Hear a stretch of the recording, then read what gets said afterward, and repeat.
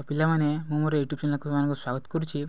तो काली आमे षष्ठ श्रेणी इतिहास बहीर 5 नंबर अध्याय पाठ डिस्कस करथिले तार प्रश्नोत्तर आलोचना करथिले। तो आज आमे षष्ठ अध्याय नूतन चिंताधारा अभ्युदय तार प्रश्नर उत्तर आलोचना करिबा। तो डेरी न चलंतु भिडियो आरंभ करिबा। तो प्रश्न नंबर 1 रे देछि निम्नलिखित प्रश्न गुडीकर उत्तर दियो। क उपनिषद आमे कोन जानि परिबा। उत्तर हिजबो आमे उपनिषद जानि परिबा जे मरी गला परे लोक माने क्योंठार जानती और मला परे सेमानकर अवस्था कण हुए। उपनिषद ग्रंथ रे भारतीय दर्शन रे मौलिक तथ्य गुड़िक आलोचना करा जायछि। आम मनरे आध्यात्मिक भाव जागृत करने दिगरे उपनिषद भूमिका गुरुत्वपूर्ण। उपनिषद ब्रह्म ज्ञान विषय जानी हुए। प्रश्न नंबर ख उपनिषद रे क्यों विषय उपर आलोचना करा जायछि। उत्तर उपनिषद हेउछि वेदर एक अंश। वैदिक जुगरे शेष भाग यह रचना कर गुरु और शिष्य मध्य कथोपकथन माध्यम बहु तत्वर गूढ़ रहस्य उपनिषद वर्णना कर बहु जटिल तत्व तथा जीवात्मा परमात्मा और पृथ्वी सृष्टिर रहस्य आदि विषय आलोचना। ब्रह्म हेउछि परमात्मा और परमेश्वर यही ब्रह्म ज्ञान विषय उपनिषद आलोचना कर। प्रश्न नंबर ग कठोपनिषद रे क्यों विषय उल्लेख अछि। उत्तर नचिकेता उपाख्यान हेउछि कठोपनिषद एक उदाहरण। नचिकेता किपरि निजर श्रद्धा भक्ति और निष्ठा और सेवा बल रे धर्मराज जमक ठारू ब्रह्मज्ञान लाभ करथिले कठोपनिषद रे यह वर्णना करा जायछि। प्रश्न नंबर घ पार्श्वनाथ किए से कण कहिथिले। उत्तर हेजिबो पार्श्वनाथ हेउछन्ति महावीरंकर पूर्ववर्ती तीर्थंकर। से महावीरंक 250 वर्ष पूर्वे आविर्भाव होइथिले। से काशीराज अश्वसेन पुत्र थिले। से जैन धर्मर 4 गोटी नीति प्रचार करथिले। से गुडी कहला जीव प्रति हिंसा आचरण न करिबा, मिथ्या न कहिबा, चोरी न करिबा और संप्रति प्रति आग्रह न करिबा। तेणु पार्श्वनाथंक प्रचारित धर्म को चतुर्जाम कुहा जाय। पार्श्वनाथंक प्रचारित धर्म को कोन कुहा जाय। चतुर्जाम धर्म कुहा जाय। प्रश्न नंबर महावीरंकर जन्म और परिचय प्रदान कर। उत्तर आज को प्राय 2500 वर्ष तले अर्थात ख्रीष्टपूर्व 6ठ शताब्दी रे भारत रे महावीरंक जन्म होइथिले। से जैन धर्मर प्रचारक थिले। महावीर क्यों धर्मर प्रचारक थिले। जैन धर्मर। से वैशाली नगर कुंद ग्राम एक क्षत्रिय परिवार जन्म ग्रहण करथिले। जन्म बेले तांकर नाम थिला वर्धमान हैला। ये वर्तमान अच्छे वर्धमान ही जीव। तांकर पितांक नाम सिद्धार्थ और मातांक नाम त्रिशला। पितांक नाम कौन सिद्धार्थ और मातांक नाम त्रिशला। वर्धमान यशोदा नामनी एक कन्या को विवाह करथिले और तांक स्त्री नाम कौन यशोदा। तांकर गोटे कन्या जात होइथिला। प्रश्न नंबर च जैन धर्मर प्रसार क्यों कारण होई परिथिला। उत्तर है जीव जैन धर्मर नीति गुड़ी को पाली और प्राकृत भाषा लिखा जाइथिबारु लोक माने एहाको सहजरे जानि पारुथिले। तेणु यह कालक्रमे लोकप्रिय हैला और भारतर विभिन्न अंचल को प्रसारित हैला। महावीर विभिन्न स्थान बुली जैन धर्म प्रचार करथिले। से मगधर राजा बिंबिसार और अजातशत्रु को जैन धर्म प्रति आकृष्ट करथिले। काहाको बिंबिसार और अजातशत्रु को तांका जैन धर्म प्रति आकृष्ट करथिले। जैन धर्मर प्रचारक माने भारतर विभिन्न अंचल को जाई एही धर्मर प्रसार घटाइथिले। मगधर सम्राट चंद्रगुप्त मौर्य एवं कलिंगर राजा खारवेल जैन धर्म ग्रहण करी यार पृष्ठपोषकता लाभ करथिले और दुटी सम्राट मध्य जैन धर्म को ग्रहण करथिले। किए चंद्रगुप्त मौर्य और कलिंगर राजा खारवेल। वर्तमान गुजरात और राजस्थान राज्य रे जैन धर्मावलंबी अध संख्यार देखा जाती। महावीर जीन कर्मवाद उपर कण कहते। उत्तर महावीरंक मत प्रत्येकंकर सुकर्म और कुकर्म उपर तार पुनर्जन्म निर्भर करे। सुकर्म कले पुनर्जन्म होए नहीं। आंब संयम शुद्ध पूत आचरण और नीतिमय जीवन यापन द्वारा आत्मा मुक्ति लाभ करे। आत्मार कर्म बंधन मुक्ति हेउछि निर्वाण और यह केवल उपवास ध्यान और कठोर संयम द्वारा संभव होता है। प्रश्न नंबर ज जैन पंचमहाव्रत कण। उत्तर पार्श्वनाथ जैन धर्मर 4 गोटी नीति प्रचार करथिले। ସେଗୁଡ଼ିକ ହେଲା ଜୀବ ପ୍ରତି ହିଂସା କରିବ ନାହିଁ, ମିଥ୍ୟା ନ କହିବା, ଚୋରି ନ କରିବା, ସମ୍ପତ୍ତି ପ୍ରତି ଅନାଗ୍ରହ ହେବା। ତେଣୁ ପାର୍ଶ୍ୱନାଥ ପ୍ରଚାରିତ ଧର୍ମକୁ ଚତୁର୍ଜାମ ଧର୍ମ କୁହାଯାଉଥିଲା। ମହାବୀର ସେଥିରେ ଆଉ ଗୋଟିଏ ନୀତି ବ୍ରହ୍ମଚର୍ଯ୍ୟ ଯୋଗ କରିବାରୁ ଏହା ପଞ୍ଚମହାବ୍ରତରେ ପରିଣତ ହେଲା। ତେଣୁ 5ଟି ନୀତିକୁ ଜୈନମାନେ ପଞ୍ଚମହାବ୍ରତ ଭାବରେ ଗ୍ରହଣ କରିଥାନ୍ତି। ପ୍ରଶ୍ନ ନମ୍ବର ଝ ଜୈନ ଧର୍ମର କୀର୍ତ୍ତି ଥିବା କେତୋଟି ସ୍ଥାନର ନାମ ଲେଖ।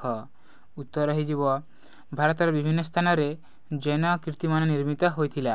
ସେଗୁଡ଼ିକ ମଧ୍ୟରେ ପ୍ରସିଦ୍ଧ ହେଉଛି କର୍ଣ୍ଣାଟକ ଶ୍ରବଣବେଲଗୋଲାର ଜୈନ କୀର୍ତ୍ତି। କେଉଁଠାର? କର୍ଣ୍ଣାଟକ ଶ୍ରବଣବେଲଗୋଲାର ଜୈନ କୀର୍ତ୍ତି, ମହାରାଷ୍ଟ୍ରର ଏଲୋରା ପାହାଡ଼ରେ ଥିବା ଜୈନ ଗୁମ୍ଫା ଏବଂ ରାଜସ୍ଥାନର ଆବୁ ପର୍ବତରେ ଥିବା ଜୈନ ମନ୍ଦିର, ଓଡ଼ିଶାର ଭୁବନେଶ୍ୱର, ଉଦୟଗିରି ଓ ଖଣ୍ଡଗିରି ପାହାଡ଼ରେ ଜୈନ ମନ୍ଦିର ଏବଂ ରାଣୀ ଓ ହାତୀ ଗୁମ୍ଫା ରହିଛି। ପ୍ରଶ୍ନ ନମ୍ବର ନ୍ୟ ବୁଦ୍ଧଦେବଙ୍କ ଜନ୍ମ ଓ ବାଲ୍ୟାବସ୍ଥା ବର୍ଣ୍ଣନା କର। ଉତ୍ତର ଗୌତମ ବୁଦ୍ଧ ନେପାଳ ଦେଶର ହିମାଳୟ ପାଦଦେଶରେ ଅବସ୍ଥିତ କପିଳାବସ୍ତୁ ନଗରୀ ନିକଟବର୍ତ୍ତୀ ଲୁମ୍ବିନୀ ଉଦ୍ୟାନରେ ଜନ୍ମଗ୍ରହଣ କରିଥିଲେ। ତ ଗୌତମ ବୁଦ୍ଧ କେଉଁଠାରେ ଜନ୍ମଗ୍ରହଣ କରିଥିଲେ? ଲୁମ୍ବିନୀଠାରେ। ତାଙ୍କ ପିତା ଶୁଦ୍ଧୋଧନ ଓ ଶାକ୍ୟ ନାମକ ଏକ କ୍ଷତ୍ରିୟ ବଂଶର ରାଜା ଥିଲେ। ତାଙ୍କ ପିତାଙ୍କ ନାମ କ'ଣ ଥିଲା? ଶୁଦ୍ଧୋଧନ। ମାତା ମାୟାଦେବୀ। ମାତା କିଏ ଥିଲେ? ମାୟାଦେବୀ। ମାୟାଦେବୀ ପୁତ୍ରର ଜନ୍ମର 7 ଦିନ ପରେ ମୃତ୍ୟୁବରଣ କରିଥିଲେ। କେତେ ଦିନ ପରେ? ଗୌତମ ବୁଦ୍ଧ ଜନ୍ମ ହେବାର 7 ଦିନ ମଧ୍ୟରେ ତାଙ୍କର ମାତା ମୃତ୍ୟୁବରଣ କରିଥିଲେ। ସେ 7 ଦିନର ଶିଶୁପୁତ୍ର ତାଙ୍କର ମାଉସୀ ଗୌତମୀ ତାଙ୍କ ଦ୍ୱାରା ଲାଳିତ ପାଳିତ ହୋଇଥିବାରୁ ଶିଶୁପୁତ୍ରଟିର ନାମ ଗୌତମୀ ରଖାଗଲା। ତ ତାଙ୍କ ମାଉସୀ ତାଙ୍କୁ ଲାଳନ ପାଳନ କରିଥିଲେ। ଗୌତମଙ୍କର ଅନ୍ୟ ନାମ ଥିଲା ସିଦ୍ଧାର୍ଥ। ଗୌତମଙ୍କର ଅନ୍ୟ ନାମ କ'ଣ ଥିଲା? ସିଦ୍ଧାର୍ଥ ଥିଲା। ପ୍ରଶ୍ନ ନମ୍ବର ଟ ଗୌତମ ଗୃହତ୍ୟାଗ କରିବାର କାରଣ କ'ଣ ଥିଲା? ସେ କାହିଁକି ଗୃହତ୍ୟାଗ କରିଥିଲେ? ଉତ୍ତର ଗୌତମ ବୁଦ୍ଧ ଏକ ସମ୍ଭ୍ରାନ୍ତ ରାଜବଂଶରେ ଜନ୍ମ ହୋଇ ମଧ୍ୟ ସଂସାର ପ୍ରତି ତାଙ୍କର ବିରାଗ ମନୋଭାବ ଦେଖାଯାଇଥିଲା। ସେ ରାଜକୀୟ ପରିବେଶରୁ ସର୍ବଦା ଦୂରେଇ ରହୁଥିଲେ। ତାଙ୍କର ଏପରି ଅନାଗ୍ରହ ଭାବ ଦେଖି ପିତା ଶୁଦ୍ଧୋଧନ ଯଶୋଧାରା ନାମ୍ନୀ ଏକ ସୁନ୍ଦରୀ ରାଜକନ୍ୟା ସହ ତାଙ୍କର ବିବାହ କରାଇଦେଲେ। ତାଙ୍କର ଏକ ପୁତ୍ର ସନ୍ତାନ ମଧ୍ୟ ହୋଇଥିଲା ଓ ତାଙ୍କର ଏକ ପୁତ୍ର ସନ୍ତାନ ମଧ୍ୟ ଜନ୍ମ ନେଲା। ଦିନେ ଗୌତମ ନଗର ପରିକ୍ରମା କରୁଥିବା ସମୟରେ ଏକ ବୃଦ୍ଧ, ଏକ ରୋଗୀ ଓ ଏକ ଶବକୁ ଦେଖି ତାଙ୍କ ମନରେ ବିରାଗ ଭାବ ଜାତ ହେଲା। କାହାକୁ ଦେଖି? ଏକ ବୃଦ୍ଧ, ଏକ ରୋଗୀ ମଣିଷ ଓ ଏକ ଶବକୁ ଦେଖି ତାଙ୍କ ମନରେ ବିରାଗ ଭାବ ଜାତ ହେଲା। ସଂସାରରେ ରହିଲେ ଦୁଃଖ ଭୋଗ କରିବାକୁ ହେବ ବୋଲି ସେ ଭାବିଲେ। ଏହାପରେ ଦିନେ ଜଣେ ଗୈରିକ ବସ୍ତ୍ର ପରିହିତ ସାଧୁଙ୍କୁ ଦେଖି ଉପଲବ୍ଧ କଲେ ଯେ ସାଂସାରିକ ଦୁଃଖ କଷ୍ଟରୁ ମୁକ୍ତି ପାଇବାର ଏକମାତ୍ର ମାର୍ଗ ହେଲା ସନ୍ନ୍ୟାସ। ତେଣୁ ସେ 29 ବର୍ଷ ବୟସରେ ଏକ ଗଭୀର ରାତିରେ ନିଜର ସ୍ତ୍ରୀ, ପୁତ୍ର ଓ ରାଜପ୍ରାସାଦ ଛାଡ଼ି ସତ୍ୟର ସନ୍ଧାନ ପାଇଁ ଗୃହତ୍ୟାଗ କରିଲେ। ତ ଯଦି ପ୍ରଶ୍ନ ଆସିବ ସେ କେତେ ବର୍ଷ ବୟସରେ ସେ ଗୃହତ୍ୟାଗ କଲେ, ତ ଉତ୍ତର ଲେଖିବ 29 ବର୍ଷରେ। ହେଲା, ସେ 29 ବର୍ଷରେ ସେ ଗୃହତ୍ୟାଗ କରି ଚାଲି ଯାଇଥିଲେ। ପ୍ରଶ୍ନ ନମ୍ବର ଠ ଗୌତମ କାହିଁକି ବୁଦ୍ଧ ନାମରେ ପରିଚିତ ହେଲେ? ଉତ୍ତର ଗୌତମ ଗୃହତ୍ୟାଗ କରି 6 ବର୍ଷ ଧରି ବିଭିନ୍ନ ସ୍ଥାନ ବୁଲି ଜ୍ଞାନ ଆହରଣ କରିବାର ମାର୍ଗ ଖୋଜିଥିଲେ। ସେ ଆରାଧ୍ୟ କାଲାମ ଏବଂ ରୁଦ୍ରକ ରାମପୁତ୍ର ନାମକ ସନ୍ନ୍ୟାସୀମାନଙ୍କ ଶିଷ୍ୟ ହେଲେ। କାହାର? ଆରାଧ୍ୟ କାଲାମ ଏବଂ ରୁଦ୍ରକ ରାମପୁତ୍ର ନାମକ ସନ୍ନ୍ୟାସୀଙ୍କର ଶିଷ୍ୟ ହେଲେ। କିନ୍ତୁ ସେଥିରେ ସନ୍ତୁଷ୍ଟ ନ ହେବାରୁ ଗୟାକୁ ଯାଇ ନିରଞ୍ଜନ ନଦୀ କୂଳରେ ଥିବା ଏକ ଅଶ୍ୱତଥ ଗଛ ମୂଳରେ ଧ୍ୟାନମଗ୍ନ ହେଲେ। ତ ସେ ତାପରେ ସେଥିରେ ସନ୍ତୁଷ୍ଟ ନ କ'ଣ ହେଲେ? ସେ ଚାଲିଗଲେ କେଉଁଠାକୁ? କେଉଁ ନଦୀ କୂଳକୁ? ନିରଞ୍ଜନ ନଦୀ କୂଳକୁ। ଏହା ହେଉଛି ଇମ୍ପୋର୍ଟାଣ୍ଟ କ୍ୱେଶ୍ଚିନ୍। ହେଲା, ତୁମର ଦେଖି ନେଇଥିବ। ପ୍ରଶ୍ନରେ ପଡ଼ିବ କେଉଁ ନଦୀ କୂଳରେ ସେ ତପସ୍ୟା କରିଥିଲେ ଓ କେଉଁ ଗଛ ତଳେ? ଉତ୍ତର ଲେଖିବ ନିରଞ୍ଜନା ନଦୀ କୂଳରେ ଏକ ଅଶ୍ୱତଥ ଗଛ ମୂଳରେ ସେ ଧ୍ୟାନମଗ୍ନ ହେଲେ। ବହୁତ ଦିନ ଧ୍ୟାନମଗ୍ନ ହେବା ପରେ ତାଙ୍କର ଜ୍ଞାନ ପ୍ରାପ୍ତି ହେଲା। ତେଣୁ ସେ ବୁଦ୍ଧ ନାମରେ ପରିଚିତ ହେଲେ। ଯେଉଁ ଅଶ୍ୱତଥ ବୃକ୍ଷ ମୂଳରେ ଧ୍ୟାନ କରୁଥିଲେ ସେହି ବୃକ୍ଷକୁ ବୋଧେମ ଓ ସେହି ସ୍ଥାନକୁ ବୁଦ୍ଧଗୟା କୁହାଗଲା। ପ୍ରଶ୍ନ ନମ୍ବର ଡ ବୁଦ୍ଧଦେବ ତାଙ୍କ ଧର୍ମ କିପରି ପ୍ରଚାର କରିଥିଲେ? ବୁଦ୍ଧଦେବ ଜ୍ଞାନ ଲାଭ କଲାପରେ ପ୍ରଥମେ ସାରନାଥର ହରିଣ ଉଦ୍ୟାନରେ 5 ଜଣଙ୍କୁ ଧର୍ମବାଣୀ ପ୍ରଚାର କରିଥିଲେ। ବୁଦ୍ଧଦେବ ତାଙ୍କର ଦିବ୍ୟ ଜ୍ଞାନକୁ ବିତରଣ କରିବା ଉଦ୍ଦେଶ୍ୟରେ ଭାରତର ବିଭିନ୍ନ ସ୍ଥାନକୁ ଯାଇଥିଲେ। ମଗଧକୁ ଯାତ୍ରା କରି ରାଜା ବିମ୍ବିସାର ଓ ଅଜାତଶତ୍ରୁଙ୍କୁ ତାଙ୍କ ଧର୍ମରେ ଦୀକ୍ଷିତ କରାଇଥିଲେ ଏବଂ କୌଶଳ ଯାତ୍ରା କରି ରାଜା ପ୍ରସେନଜିତ ଓ ରାଣୀ ମଲ୍ଲିକାକୁ ତାଙ୍କର ଶିଷ୍ୟ କରାଇଥିଲେ। ସେ କପିଳାବସ୍ତୁକୁ ଯାଇ ପିତା ଶୁଦ୍ଧୋଧନ ଓ ପୁତ୍ର ରାହୁଲଙ୍କୁ ବୌଦ୍ଧଧର୍ମରେ ଦୀକ୍ଷିତ କରାଇଥିଲେ। ସମୟକ୍ରମେ ସେ ଶ୍ରୀବସ୍ତି, ନାଳନ୍ଦା, କୋସାଇ, ଚମ୍ପା, ପାବା ଓ କୁଶି ନଗର ଆଦି ସ୍ଥାନ ଭ୍ରମଣ କରି ନିଜର ଧର୍ମବନ୍ତ ସରଳ ଭାଷାରେ ପ୍ରଚାର କରିଥିଲେ। ପ୍ରଶ୍ନ ନମ୍ବର ଢ ବୌଦ୍ଧ ଧର୍ମର ସତ୍ୟଗୁଡ଼ିକ କ'ଣ? ଉତ୍ତର ବୁଦ୍ଧଦେବ 4ଟି ସତ୍ୟର ପ୍ରଚାର କରିଥିଲେ। କେତୋଟି? 4ଟି। ଏହାକୁ ଚତୁରାର୍ଯ୍ୟ ସତ୍ୟ କୁହାଯାଏ। ସେଗୁଡ଼ିକ ହେଲା ମନୁଷ୍ୟ ଜୀବନ ଦୁଃଖପୂର୍ଣ୍ଣ।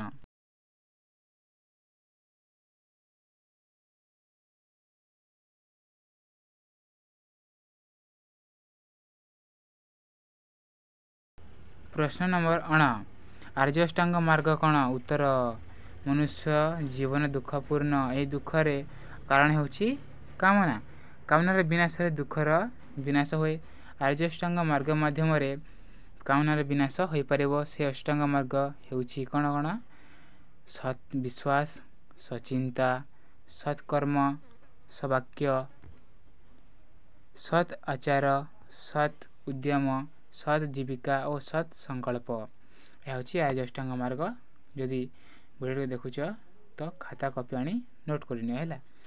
ଏହା ବ୍ରାହ୍ମଣ ଧର୍ମର କୋମଳତା ଓ ଜୈନ ଧର୍ମର କଠୋରତାର ମଧ୍ୟବର୍ତ୍ତୀ ହୋଇଥିବାରୁ ଏହାକୁ ମଧ୍ୟମ ପଥ କୁହାଯାଏ। ପ୍ରଶ୍ନ ନମ୍ବର 2ରେ ଦେଇଛି ନିମ୍ନଲିଖିତ ପ୍ରତ୍ୟେକ ପ୍ରଶ୍ନ ପାଇଁ 4ଟି ସମ୍ଭାବ୍ୟ ଉତ୍ତର ରହିଛି। ସେଥିରୁ ଉପଯୁକ୍ତ ଉତ୍ତରଟି ବାଛି ଶୂନ୍ୟସ୍ଥାନ ପୂରଣ କର। ଦେଇଛି ଅର୍ଜୁନ ଶ୍ରୀକୃଷ୍ଣଙ୍କ ଠାରୁ ଡେକ୍ସ ଲାଭ କରିଥିଲେ କ'ଣ? କର୍ମଜ୍ଞାନ, ଶାସ୍ତ୍ରଜ୍ଞାନ, ବ୍ରହ୍ମଜ୍ଞାନ, ସୃଷ୍ଟି ଜ୍ଞାନ। ଉତ୍ତର ବ୍ରହ୍ମଜ୍ଞାନ। ଅର୍ଜୁନ ଶ୍ରୀକୃଷ୍ଣଙ୍କ ଠାରୁ ବ୍ରହ୍ମଜ୍ଞାନ ଲାଭ କରିଥିଲେ। ପ୍ରଶ୍ନ ନମ୍ବର ଖରେ ଦେଇଛି ଯାହାକୁ ଅଧ୍ୟୟନ କରିବା ଦ୍ୱାରା ବ୍ରହ୍ମପ୍ରାପ୍ତି ହୁଏ ତାକୁ ଡେକ୍ସ କହନ୍ତି। କ'ଣ କହନ୍ତି? ବ୍ରାହ୍ମଣ, ଉପନିଷଦ, ଆରଣ୍ୟକ, ବେଦ, ଉପନିଷଦ କହନ୍ତି। ପ୍ରଶ୍ନ ନମ୍ବର ଭାରତୀୟ ଦାର୍ଶନିକ ଡେକ୍ସ ଅଦ୍ୱୈତବାଦର ପ୍ରବର୍ତ୍ତକ। ଉତ୍ତର ହୋଇଯିବ ଶଙ୍କରାଚାର୍ଯ୍ୟ, ବଲ୍ଲଭାଚାର୍ଯ୍ୟ, ମାଧବାଚାର୍ଯ୍ୟ, ରାମାନୁଜ। ଉତ୍ତର ଶଙ୍କରାଚାର୍ଯ୍ୟ। ଭାରତୀୟ ଦାର୍ଶନିକ ଶଙ୍କରାଚାର୍ଯ୍ୟ ଅଦ୍ୱୈତବାଦର ପ୍ରବର୍ତ୍ତକ। ପ୍ରଶ୍ନ ନମ୍ବର ଜୈନ ଧର୍ମର ପ୍ରସାର ପାଇଁ ରାଜା ଡେକ୍ସ ବିଭିନ୍ନ ପଦକ୍ଷେପ ନେଇଥିଲେ। ଉତ୍ତର ହୋଇଯିବ ଖାରବେଳ। ଜୈନ ଧର୍ମର ପ୍ରସାର ପାଇଁ ରାଜା ଖାରବେଳ ବିଭିନ୍ନ ପଦକ୍ଷେପ ନେଇଥିଲେ। ପ୍ରଶ୍ନ ନମ୍ବର ଡେକ୍ସ ଶ୍ରେଣୀର ଜୈନ ସନ୍ନ୍ୟାସୀମାନେ ଶ୍ୱେତ ବସ୍ତ୍ର ପରିଧାନ କରନ୍ତି। କେଉଁ ଶ୍ରେଣୀର ଜୈନ ଧର୍ମମାନେ ସନ୍ନ୍ୟାସୀମାନେ ଶ୍ୱେତ ବସ୍ତ୍ର ପରିଧାନ କରନ୍ତି? ଉତ୍ତର ହୋଇଯିବ ଶ୍ୱେତାମ୍ବର। ଶ୍ୱେତାମ୍ବର ଶ୍ରେଣୀର ଜୈନ ସନ୍ନ୍ୟାସୀମାନେ ଶ୍ୱେତ ବସ୍ତ୍ର ପରିଧାନ କରନ୍ତି। ପ୍ରଶ୍ନ ନମ୍ବର ସାରନାଥ ଠାରେ ବୁଦ୍ଧଦେବ ଡେକ୍ସ ଜଣେ ଶିଷ୍ୟଙ୍କୁ ବୌଦ୍ଧ ଧର୍ମରେ ଦୀକ୍ଷିତ କରାଇଥିଲେ। 2, 5, 11, 23। ଉତ୍ତର 5 ଜଣଙ୍କୁ। ପ୍ରଶ୍ନ ନମ୍ବର ଓଡ଼ିଶାରେ ବୌଦ୍ଧ କୀର୍ତ୍ତି ଡେକ୍ସ ଠାରେ ରହିଛି। କେଉଁଠାରେ? ରତ୍ନଗିରି, ଖଣ୍ଡଗିରି, ମହେନ୍ଦ୍ରଗିରି, ୟମଗିରି। ଉତ୍ତର ହୋଇଯିବ ରତ୍ନଗିରି ହେଲା।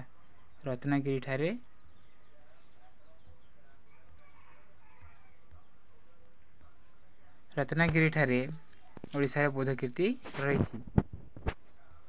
ପ୍ରଶ୍ନ ନମ୍ବର 3 ନିମ୍ନୋକ୍ତ ପ୍ରତ୍ୟେକ ପ୍ରଶ୍ନର ଉତ୍ତର 2ଟି ବାକ୍ୟରେ ପ୍ରଦାନ କର।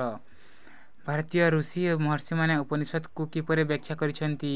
ଉତ୍ତର ଭାରତୀୟ ଋଷି ଓ ମହର୍ଷିମାନେ ଉପନିଷଦକୁ ବିଭିନ୍ନ ଚିନ୍ତାଧାରାରେ ବ୍ୟାଖ୍ୟା କରିଛନ୍ତି। ସଂସାର ସହିତ ଅଧ୍ୱ ସମ୍ପୃକ୍ତ ଶଙ୍କରାଚାର୍ଯ୍ୟଙ୍କ ଅଦ୍ୱୈତବାଦମୂଳକ ବ୍ୟାଖ୍ୟାକୁ ଦର୍ଶନଶାସ୍ତ୍ର ପଣ୍ଡିତମାନେ ଅଧିକ ସମ୍ମାନ ଦେଉଥିବା ବେଳେ ବଲ୍ଲଭାଚାର୍ଯ୍ୟ, ମାଲ୍ୟବାଚାର୍ଯ୍ୟ ଓ ରାମାନୁଜ ଆଦି ଦାର୍ଶନିକଗଣ ଉପନିଷଦକୁ ବିଭିନ୍ନ ଭାବରେ ଉପସ୍ଥାପନା କରିଛନ୍ତି। ପ୍ରଶ୍ନ ନମ୍ବର ମହାବୀରଙ୍କ ପୂର୍ବରୁ କେତେଜଣ ଜୈନ ତୀର୍ଥଙ୍କର ଥିଲେ? ପ୍ରଥମ ଓ ମହାବୀରଙ୍କ ପୂର୍ବ ତୀର୍ଥଙ୍କରର ନାମ ଲେଖ। ଉତ୍ତର ମହାବୀରଙ୍କ ପୂର୍ବରୁ 23 ଜଣ ଜୈନ ତୀର୍ଥଙ୍କର ଥିଲେ। ସେମାନେ ପ୍ରଥମ ତୀର୍ଥଙ୍କର ନାମ ହେଲା ଋଷଭନାଥ ଏବଂ ମହାବୀରଙ୍କ ପୂର୍ବ ତୀର୍ଥଙ୍କର ନାମ ହେଉଛି ପାର୍ଶ୍ୱନାଥ। କେତେ ଜଣ ଥିଲେ? 23 ଜଣ ଥିଲେ। ପ୍ରଥମଟି ହେଉଛି ଋଷଭନାଥ ଓ ଶେଷଟି ପାର୍ଶ୍ୱନାଥ। ପ୍ରଶ୍ନ ନମ୍ବର ଜିନ୍ ଶବ୍ଦର ଅର୍ଥ କ'ଣ? ମହାବୀରଙ୍କ ପ୍ରଚାରିତ ଧର୍ମକୁ କ'ଣ କୁହାଗଲା? ଉତ୍ତର ଜିନ୍ ଶବ୍ଦର ଅର୍ଥ ହେଉଛି ପ୍ରକୃତ ଜ୍ଞାନର ଅଧିକାରୀ। ମହାବୀରଙ୍କ ପ୍ରଚାରିତ ଧର୍ମକୁ ଜୈନ ଧର୍ମ କୁହାଗଲା। କ'ଣ ଧର୍ମ? ଜୈନ ଧର୍ମ କୁହାଗଲା। ପ୍ରଶ୍ନ ନମ୍ବର ଘ ମହାବୀର କେଉଁ ସ୍ଥାନରେ ଦେହତ୍ୟାଗ କରିଥିଲେ? ଉତ୍ତର ମହାବୀର ପାବା ନାମକ ସ୍ଥାନରେ ଦେହତ୍ୟାଗ କରିଥିଲେ ବା ମୃତ୍ୟୁବରଣ କରିଥିଲେ। ପ୍ରଶ୍ନ ନମ୍ବର ମହାବୀର କର୍ମବାଦ ସମ୍ବନ୍ଧରେ କ'ଣ କହିଛନ୍ତି? ଉତ୍ତର ବା କହିଥିଲେ ଉତ୍ତର ହୋଇଯିବ ମହାବୀର କର୍ମବାଦ ସମ୍ବନ୍ଧରେ କହୁଥିଲେ ଯେ ପ୍ରତ୍ୟେକଙ୍କର ସୁକର୍ମ ଓ କୁକର୍ମ ଉପରେ ତା'ର ପୁନର୍ଜନ୍ମ ନିର୍ଭର କରେ। ସୁକର୍ମ କଲେ ପୁନର୍ଜନ୍ମ ହୁଏ ନାହିଁ ଏବଂ ଆତ୍ମସଂଯମ ଶୁଦ୍ଧପୂତ ଆଚରଣ ଓ ନୀତିମୟ ଜୀବନଯାପନ ଦ୍ୱାରା ଆତ୍ମା ମୁକ୍ତିଲାଭ କରେ। ପ୍ରଶ୍ନ ନମ୍ବର ଚ ବୁଦ୍ଧଙ୍କ ନାମ ଗୌତମ କାହିଁକି ହୋଇଥିଲା? ଉତ୍ତର ବୁଦ୍ଧଙ୍କ ଜନ୍ମର 7 ଦିନ ପରେ ତାଙ୍କ ମାତା ମାୟାଦେବୀଙ୍କ ମୃତ୍ୟୁ ହୋଇଥିଲା। ସେ ତାଙ୍କ ମାଉସୀ ଗୌତମୀଙ୍କ ଦ୍ୱାରା ଲାଳିତ ପାଳିତ ହୋଇଥିବାରୁ ତାଙ୍କ ନାମ ଗୌତମ ହୋଇଥିଲା। ପ୍ରଶ୍ନ ନମ୍ବର 6 ବୁଦ୍ଧଦେବ କୌଶଳ ରାଜ୍ୟ ଓ କପିଳାବସ୍ତୁ ରାଜ୍ୟରେ କେଉଁମାନଙ୍କୁ ନିଜ ଧର୍ମରେ ଦୀକ୍ଷିତ କରାଇଥିଲେ? ଉତ୍ତର ହୋଇଯିବ ବୁଦ୍ଧଦେବ କୌଶଳ ରାଜ୍ୟର ରାଜା ପ୍ରସେନତ ଓ ରାଣୀ ମଲ୍ଲିକାଙ୍କୁ ନିଜ ଧର୍ମରେ ଦୀକ୍ଷିତ କରାଇଥିଲେ। ସେ କପିଳାବସ୍ତୁରେ ତାଙ୍କ ପିତା ସୁଧୋଧନ ଓ ପୁତ୍ର ରାହୁଲଙ୍କୁ ମଧ୍ୟ ଧର୍ମରେ ଦୀକ୍ଷିତ କରାଇଥିଲେ। ପ୍ରଶ୍ନ ନମ୍ବର ଜ ତ୍ରିପିଟକ କ'ଣ? ତ୍ରିପିଟକ ହେଉଛି ବୌଦ୍ଧ ଧର୍ମ ଗ୍ରନ୍ଥକୁ ତ୍ରିପିଟକ କୁହାଯାଏ। କାହାକୁ? ବୌଦ୍ଧ ଧର୍ମ ଗ୍ରନ୍ଥକୁ ତ୍ରିପିଟକ କୁହାଯାଏ। ପ୍ରଶ୍ନ ନମ୍ବର 4 ଦେଇଛି ପ୍ରତ୍ୟେକ ପ୍ରଶ୍ନର ଉତ୍ତର ଗୋଟିଏ ଗୋଟିଏ ବାକ୍ୟରେ ଲେଖ। କ ଉପନିଷଦରେ ଆଲୋଚିତ ଜଟିଳ ତତ୍ତ୍ୱଗୁଡ଼ିକ କ'ଣ? ଉତ୍ତର ଉପନିଷଦରେ ଆଲୋଚିତ ଜଟିଳ ତତ୍ତ୍ୱଗୁଡ଼ିକ ହେଲା ଜୀବାତ୍ମା ପରମାତ୍ମା ଓ ପୃଥିବୀ ସୃଷ୍ଟିର ରହସ୍ୟ। ପ୍ରଶ୍ନ ନମ୍ବର ଖ ଉପନିଷଦର ବ୍ରହ୍ମତତ୍ତ୍ୱର କଥୋପକଥନ କାହା କାହା ମଧ୍ୟରେ କରାଯାଇଛି? ଉତ୍ତର ଉପନିଷଦର ବ୍ରହ୍ମତତ୍ତ୍ୱର କଥୋପକଥନ ଗୁରୁ ଓ ଶିଷ୍ୟଙ୍କ ମଧ୍ୟରେ କରାଯାଇଛି। କାହା କାହା ମଧ୍ୟରେ? ଗୁରୁ ଶିଷ୍ୟଙ୍କ ମଧ୍ୟରେ କରାଯାଇଛି। ପ୍ରଶ୍ନ ନମ୍ବର ଗରେ ଦେଇଛି ଜୈନ ଧର୍ମର ମୂଳମନ୍ତ୍ର କ'ଣ ଥିଲା? ଜୈନ ଧର୍ମର ମୂଳମନ୍ତ୍ର ଥିଲା ଅହିଂସା। ପ୍ରଶ୍ନ ନମ୍ବର ଘ ଜୈନ ଧର୍ମାବଲମ୍ବୀମାନେ କେତେ ଭାଗରେ ବିଭକ୍ତ ହୋଇଥିଲେ? ଉତ୍ତର ଜୈନ ଧର୍ମାବଲମ୍ବୀମାନେ 2 ଭାଗରେ ବିଭକ୍ତ ହୋଇଥିଲେ। କେତେ ଭାଗରେ? 2 ଭାଗରେ ବିଭକ୍ତ ହୋଇଥିଲେ। ପ୍ରଶ୍ନ ନମ୍ବର 1 ଦେଇଛି ମହାଭିନିଷ୍କ୍ରମଣର ଅର୍ଥ କ'ଣ? ଉତ୍ତର ସତ୍ୟର ସନ୍ଧାନ ପାଇଁ ବୁଦ୍ଧଦେବଙ୍କର ସଂସାର ତ୍ୟାଗକୁ ମହାଭିନିଷ୍କ୍ରମଣ କୁହାଯାଏ। ବୁଦ୍ଧଦେବଙ୍କର ସଂସାର ତ୍ୟାଗକୁ ମହାଭିନିଷ୍କ୍ରମଣର କୁହାଯାଏ। ପ୍ରଶ୍ନ ନମ୍ବର ଚ ଧର୍ମଚକ୍ର ପ୍ରବର୍ତ୍ତନ କହିଲେ କ'ଣ ବୁଝ? ଉତ୍ତର ଜ୍ଞାନ ଲାଭ ପରେ ବୁଦ୍ଧଦେବ ପ୍ରଥମେ ସାରନାଥର ହରିଣ ଉଦ୍ୟାନରେ 5 ଜଣଙ୍କୁ ଧର୍ମବାଣୀ ପ୍ରଚାର କରିଥିଲେ ଓ ଏହି ପ୍ରଥମ ଧର୍ମ ପ୍ରଚାରକୁ ବୌଦ୍ଧ ଧର୍ମରେ ଧର୍ମଚକ୍ର ପ୍ରବର୍ତ୍ତନ ବୋଲି କୁହାଯାଏ। ଏହି ପ୍ରଶ୍ନ ସେ ଲେଖିବ ଆଜ୍ଞା ଗୌତମ ବୁଦ୍ଧ ହେଲା ସେ ପ୍ରଥମେ କେଉଁଠାରେ ଦେଇଥିଲେ? ସାରନାଥର ହରିଣ ଉଦ୍ୟାନରେ 5 ଜଣଙ୍କୁ ଧର୍ମବାଣୀ ପ୍ରଚାର କରିଥିଲେ ଓ ସେହି ଧର୍ମବାଣୀ ପ୍ରଚାର କରିବାକୁ ଧର୍ମଚକ୍ର ପ୍ରବର୍ତ୍ତନ ବୋଲି କୁହାଯାଏ। ବର୍ତ୍ତମାନ ଆମେ ତାର 5 ନମ୍ବରକୁ କରିବା। 5 ନମ୍ବର ଦେଇଛି କ ସ୍ତମ୍ଭର ଶବ୍ଦମାନଙ୍କ ସହ ଖ ସ୍ତମ୍ଭର ସଂକେତ ଶବ୍ଦକୁ ଗାର ଟାଣି ଯୋଡ଼। ମଧ୍ୟମ ପଥ ହୋଇଯିବ ବୌଦ୍ଧ ଧର୍ମ। ଆବୁ ପର୍ବତ କ'ଣ ହେଇଯିବ? ଆବୁ ପର୍ବତ ହୋଇଯିବ ଜୈନ ମନ୍ଦିର ଓ ନଚିକେତା ହେଇଯିବ ଉପନିଷଦ।